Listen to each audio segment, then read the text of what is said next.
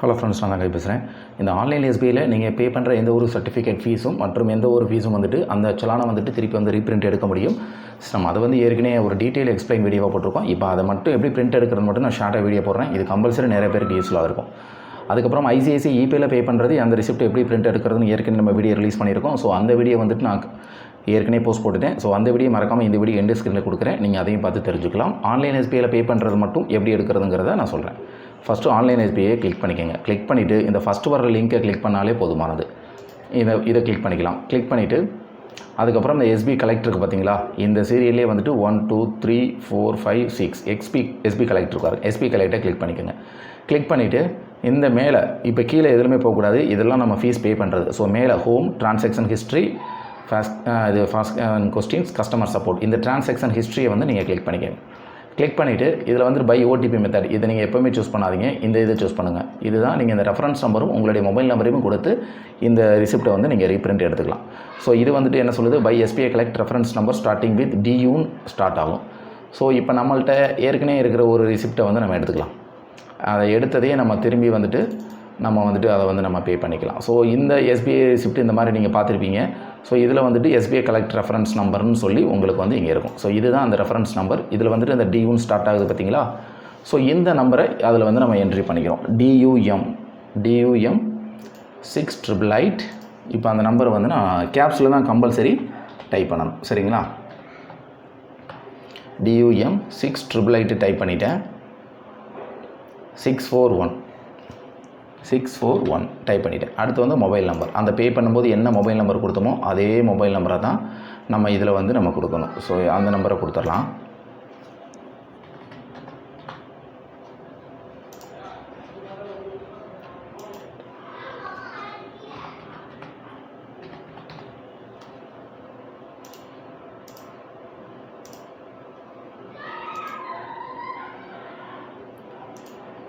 Okay, இப்போ வந்துட்டு நம்ம டியூ நம்பரும் கொடுத்தாச்சு, மொபைல் நம்பரும் கொடுத்தாச்சு. இந்த கேப்சா இந்த இடத்துல லொக்கேஷனில் லொக்கேட் ஆகிருக்கு பார்த்தீங்களா.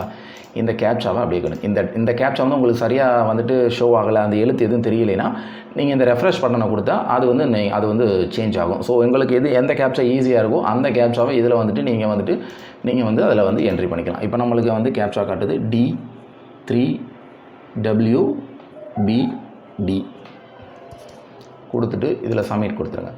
சப்மிட் கொடுத்துட்டிங்கன்னா கீழே ஸ்க்ரோல் பண்ணிங்கன்னா எந்த அக்கௌண்ட்டில் பே பண்ணியிருக்கோம், எந்த டேட்டில் பே பண்ணியிருக்கோம், payment mode, payment successful, receipt, இந்த ரிசிப்ட்டுன்னு இருக்கும் பார்த்தீங்களா. இதை கிளிக் பண்ணிங்கன்னா ஆட்டோமேட்டிக்காக ரிசிப்ட்டு வந்துட்டு டவுன்லோட் ஆகிரும் உங்களுக்கு. ஸோ இதை வந்து மறுபடியும் பிரிண்ட்டு கொடுத்துட்டு தாராளமாக நீங்கள் இதை வந்து பிரிண்ட் எடுத்துக்கலாம். நீங்கள் இது வந்துட்டு மேக்ஸிமம் பிசிலேயே ட்ரை பண்ணுங்கள். சப்போஸ் உங்கள் மொபைல் இருந்துச்சுன்னா நீங்கள் மொபைலில் கூட நீங்கள் ட்ரை பண்ணலாம். ஆனால் அது வந்துட்டு மேக்ஸிமம் வந்துட்டு செட் ஆகாது. ஸோ மேக்ஸிமம் வந்துட்டு நீங்கள் பிசிலேயே நீங்கள் ட்ரை பண்ணலாம். இந்த மாதிரி இதை வந்துட்டு நீங்கள் உங்களுடைய ரிசிப்ட்டை வந்து நீங்கள் ஈஸியாக உங்களுடைய ரிசிப்ட்டை வந்து நீங்கள் டவுன்லோட் பண்ணி எடுத்துக்கலாம். ஸோ இதுதான் ப்ரொசீஜர். ஸோ இதை வந்துட்டு by OTP, by SBI collect 2 option இருக்கும். ரெஃபரன்ஸ் நம்பரில் நான் சொன்ன மாதிரி அந்த டியூ நம்பர் அதை கொடுக்கணும். மொபைல் நம்பர் இந்த இருக்குது பார்த்தீங்களா, மொபைல் நம்பரை கொடுத்துட்டு கேப்சாவை கொடுத்துட்டு நீங்கள் இதில் கொடுத்தீங்கன்னா உங்களுடைய ரிசிப்ட்டை வந்துட்டு நீங்கள் பிரிண்ட் அவுட் எடுத்துக்கலாம். ஸோ ஐசிஐசி இபேயில் ரிசிப்ட் எப்படி டவுன்லோட் எடுக்கிறங்கிற வீடியோ நம்ம ஏற்கனவே ரிலீஸ் பண்ணிட்டோம். ஸோ அந்த வீடியோவும் நம்ம போட்டிருக்கோம். ஆன்லைன் எஸ்பிஐயில் எப்படி நீங்கள் ஏற்கனவே பே பண்ண ரிசிப்ட்டை வந்து ரீப்ரிண்ட் எடுக்கணுங்கிறத இந்த வீடியோவும் நம்ம எக்ஸ்பிளைன் பண்ணியிருக்கோம். ஸோ இது வந்துட்டு இந்த வீடியோ வந்துட்டு உங்களுக்கு சிம்பிளாக இருக்கும். ஸோ இது போன்ற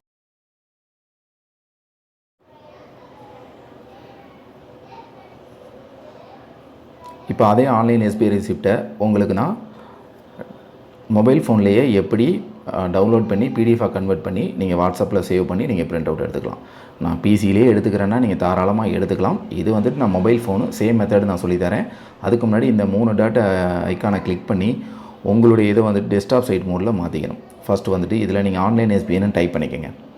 டைப் பண்ணிவிட்டு நான் ஏற்கனவே டெஸ்க்டாப் இந்த 3 டாட்டை கிளிக் பண்ணிங்கன்னா டெஸ்க்டாப்பில் ஏற்கனவே நான் டிக் பண்ணி தான் வச்சுருக்கேன். அதை எடுத்து விட்டோம்னா இது வந்துட்டு எல்லாமே பெரிய இமேஜஸாக இருக்கும். மொபைல் ஃபோன் வியூவில் தான் ஓப்பன் ஆகும். ஸோ மொபைல் ஃபோனில் நீங்கள் யூஸ் பண்ணிங்கன்னா கண்டிப்பாக ரிசிப்ட்டை டவுன்லோட் பண்ண முடியாது. ஸோ மறுபடியும் அந்த 3 டாட் ஐக்கானை கிளிக் பண்ணி டெஸ்க்டாப் மோடில் வந்து டிக் பண்ணிக்கோங்க. டிக் பண்ணிட்டீங்கன்னா அதே தான் same State Bank of India open ஆகும். அதை கிளிக் பண்ணிக்கோங்க. லெட்டர்ஸ் எல்லாமே சின்னதாக இருக்கும். ஏன்னா ரீசொல்யூஷன் வந்து நம்ம டெஸ்க்டாப் மோடில் மாற்றிருக்கோம்.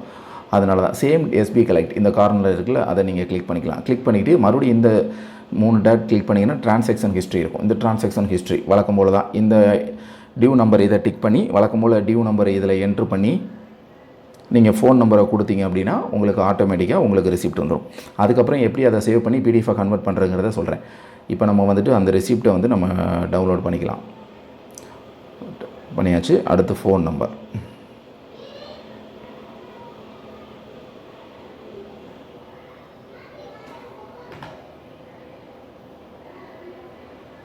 அடுத்து அந்த கேப்சா. இந்த கேப்சாவில் எப்போவுமே வந்து பார்த்தீங்கன்னா கேப்ஸ் லெட்டர் வராது, ஸ்மால் லெட்டர் தான் வரும். சரிங்களா? ஸோ உங்களுக்கு அந்த கேப்ஸை சரியாக அண்டர்ஸ்டாண்ட் பண்ண முடியலைன்னா இந்த ரெஃப்ரெஷ் பட்டனை ப்ரெஸ் பண்ணி அந்த அம்புக்குறி மாதிரி இருக்குது பார்த்தீங்களா, அதை ப்ரெஸ் பண்ணி நீங்கள் வேறு கேப்சாவை ஜென்ரேட் பண்ணி நீங்கள் அது ஈஸியாக வந்துட்டு நீங்கள் வந்துட்டு டைப் பண்ணி நீங்கள் பண்ணிக்கலாம். இப்போ இ-ரெசிப்ட் வந்துருச்சு, இந்த சக்ஸஸ்ஃபுல் வந்துருச்சு. இந்த இ-ரெசிப்டை கிளிக் பண்ண அப்படின்னா உங்களுக்கு அந்த ரெசிப்ட் வந்து ஓப்பன் ஆகும். சரிங்களா? இதை நீங்கள் டேரெக்டாக ஏதாவது பிரிண்டிங் டிவைஸ் இருந்துச்சுன்னா பிரிண்டிங் கொடுத்து நீங்கள் எடுத்துக்கலாம். இல்லைன்னா இந்த வழக்கம்போல் இந்த 3 டாட்டை வந்து கிளிக் பண்ணிவிட்டு மேலே உள்ள டவுன்லோடை வந்து கிளிக் பண்ணிக்கோங்க. நான் ஏற்கனவே டவுன்லோட் பண்ணியிருக்கேன், அதனால் டவுன்லோட் அகைன் கேட்குது. ஸோ டவுன்லோட் அகைன் கொடுத்துருக்கேன். கொடுத்துட்டு ஓப்பன் பண்ணிங்கன்னா மறுபடியும் இப்படி தான் வரும். ஸோ இப்போ வந்துட்டு அது வந்து எனக்கு இன்டர்னல் ஸ்டோரேஜில் போய் டவுன்லோட் ஆகிருக்கும். ஸோ நான் அதை வந்து நான் இன்டர்னல் ஸ்டோரேஜில் போய் நான் டவுன்லோட் பண்ணிக்கிறேன். இது வந்து மொபைல் ஃபோனில் இருந்து ஈஸியாக வந்துட்டு நீங்கள் டவுன்லோட் பண்ணி நீங்கள் வாட்ஸ்அப்பில் வந்துட்டு அனுப்பிச்சி விட்டு நீங்கள் பிரிண்ட் அவுட் எடுக்கிறதுனா நீங்கள் தாராளமாக எடுத்துக்கலாம்.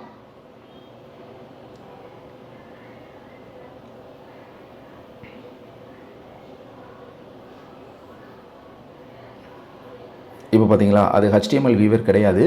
ஸோ அது வந்து சேவ் ஆகும்போது HTML வியூவரில் தான் உங்களுக்கு சேவ் ஆகும். ஸோ HTML வியூவர் வந்து என்கிட்ட கிடையாது. அதனால் அந்த ஆப்பை இன்ஸ்டால் பண்ணிக்கிறேன்.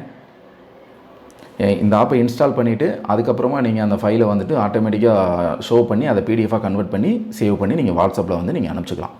ஸோ அதுவே கேட்கும். அந்த ஃபைலை நீங்கள் டச் பண்ண உடனே உங்களுக்கு HTML வியூவர் இல்லைன்னு சொல்லும். HTML வியூவர் கொடுத்தீங்க அப்படின்னா ஆட்டோமேட்டிக்காகவே உங்களுக்கு வந்துட்டு அந்த ஆப் இன்ஸ்டால் ஆகி அப்டேட் ஆகி இன்ஸ்டால் ஆனதுக்கப்புறம் ஆட்டோமேட்டிக்காக ஃபைல் வந்து உங்களுக்கு ஓப்பன் ஆகும். ஓகே, இப்போ வந்துட்டு டவுன்லோட் பண்ணியாச்சு. இப்போ இன்ஸ்டால் ஆகிட்டு இருக்குது.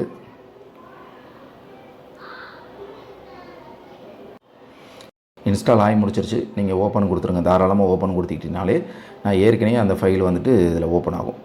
Select file to open. இது தேவையில்லை, நம்ம டைரெக்டாக இதில் போயிடலாம். இப்போ இன்ஸ்டால் பண்ணியாச்சு. அதனால் நான் வந்துட்டு இந்த ஃபைல் தான். இப்போ இந்த ஃபைலை நான் ஓப்பன் பண்ணிக்கிறேன். இப்போ மறுபடியும் பார்த்தீங்கன்னா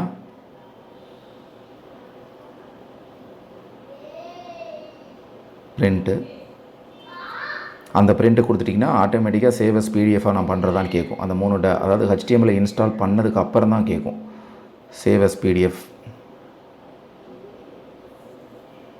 இதை கொடுத்துட்டிங்கன்னா எந்த இடத்துல வந்துட்டு சேவ் பண்ணுறது, பிடிஎஃபாக எந்த இடத்துல சேவ் பண்ணுறதுன்னு கேட்குது.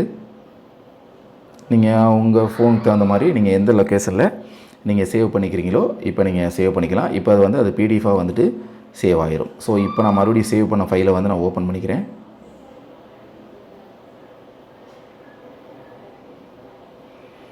அது இன்டர்னல் ஸ்டோரேஜில் தான் எனக்கு வந்து அது வந்து சேவ் ஆகிருக்கும்.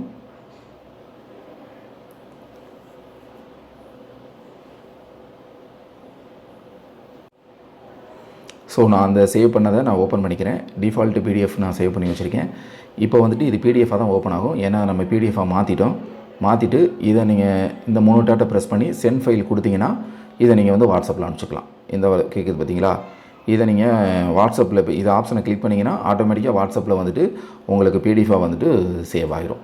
சேவ் ஆகிடுச்சுன்னா அதுக்கப்புறம் நீங்கள் அதை அப்படியே உங்கள் ப்ரௌசிங் சென்டருக்காரருக்கு நீங்கள் வாட்ஸ்அப்லேயே அனுப்பிச்சுட்டிங்கன்னா பிரிண்ட் எடுத்துடலாம். ஸோ இது வந்துட்டு மொபைல் ஃபோனில் வந்துட்டு அந்த ரெசிப்ட்டை வந்து பிரிண்ட் எடுக்கிறதுக்கு உண்டான ஆப்ஷன். சரிங்களா? ஸோ பிசிக்கு தனியாக எக்ஸ்பிளைன் பண்ணிட்டோம், நம்ம மொபைல் ஃபோனுக்கு தனியாக எக்ஸ்பிளைன் பண்ணிட்டோம். மறக்காமல் நீங்கள் மொபைல் ஃபோனில் யூஸ் பண்ணும்போது உங்கள் டெஸ்க்டாப் மோடை ஆன் பண்ணால் மட்டும்தான் இந்த மெத்தட் வந்துட்டு நீங்கள் அதை டவுன்லோட் பண்ணி பிடிஎஃபாக சேவ் பண்ண முடியும். இல்லைன்னா கம்பல்சரி சேவ் பண்ண முடியாது. ஸோ வந்துட்டு நீங்கள் ஆன்லைன் எஸ்பின்னு நீங்கள் டைப் பண்ணிவிட்டு இந்த டைப் பண்ணதுக்கப்புறம் தான் இந்த 3 டாட்டை ப்ரெஸ் பண்ணால் தான் அந்த ஆப்ஷன் வந்து ஷோ ஆகும். ஸோ நான் டெஸ்க்டாப் மோடு டிக் பண்ணி வச்சுருக்கனால டேரெக்டாக ஓப்பன் ஆகுது. ஸோ இந்த ஆப்ஷனை யூஸ் பண்ணி நீங்கள் உங்களுடைய ஆன்லைன் எஸ்பிஐ ரெசிப்ட்டை மொபைல் ஃபோன் மூலியமாகவும் நீங்கள் பிடிஎஃபாக கன்வெர்ட் பண்ணி சேவ் பண்ணி நீங்கள் பிரிண்ட் எடுக்க முடியும். இல்லை நீங்கள் பிசி இருக்குன்னா நீங்கள் டேரெக்டாகவே அந்த ஆப்ஷனை யூஸ் பண்ணி பிரிண்ட் எடுத்துக்கலாம். இல்லை எனக்கு மொபைல் ஃபோன் தான் இருக்குன்னா நீங்கள் மொபைல் ஃபோன்லேயே இதை நீங்கள் பிடிஎஃபாக கன்வெர்ட் பண்ணி நீங்கள் சேவ் பண்ணி நீங்கள் வச்சுக்கலாம்.